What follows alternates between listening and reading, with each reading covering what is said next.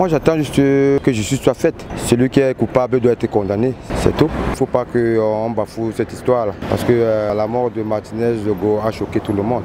C'est tout ce que l'opinion nationale et internationale attend de cette affaire de filature, enlèvement, torture et assassinat de l'animateur radio Martinez Zogo, dont le corps sans vie a été découvert il y a presque un an dans une banlieue de Yaoundé. Entre enquête et contre-enquête, ajouté aux nombreuses péripéties, il est clair pour plusieurs Camerounais que cette affaire s'est politisée.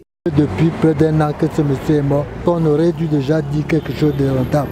Mais là où nous sommes, c'est devenu déjà politique. Donc il faut sauver seulement les meubles. Comment ça va se faire? C'est Dieu seul qui va intervenir. Ce qui m'étonne, c'est que la justice a posé des actes très encourageants au départ. De quoi penser, surtout après la destitution du juge d'instruction en charge de cette affaire. Mais non, il y a plutôt lieu de saluer le décret du président de la République nommant d'autres responsables pour réorganiser le tribunal militaire de Yaoundé.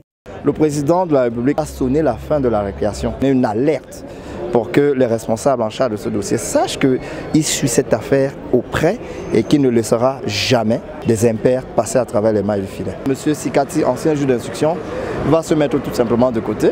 Le nouveau juge va venir prendre l'affaire là où elle est. Même si d'autres techniciens du droit pensent que le nouveau juge d'instruction n'aura plus les mains libres et par conséquent, il y a lieu de craindre pour le verdict final. On ne peut pas être serein. L'indépendance des magistrats n'est pas garantie.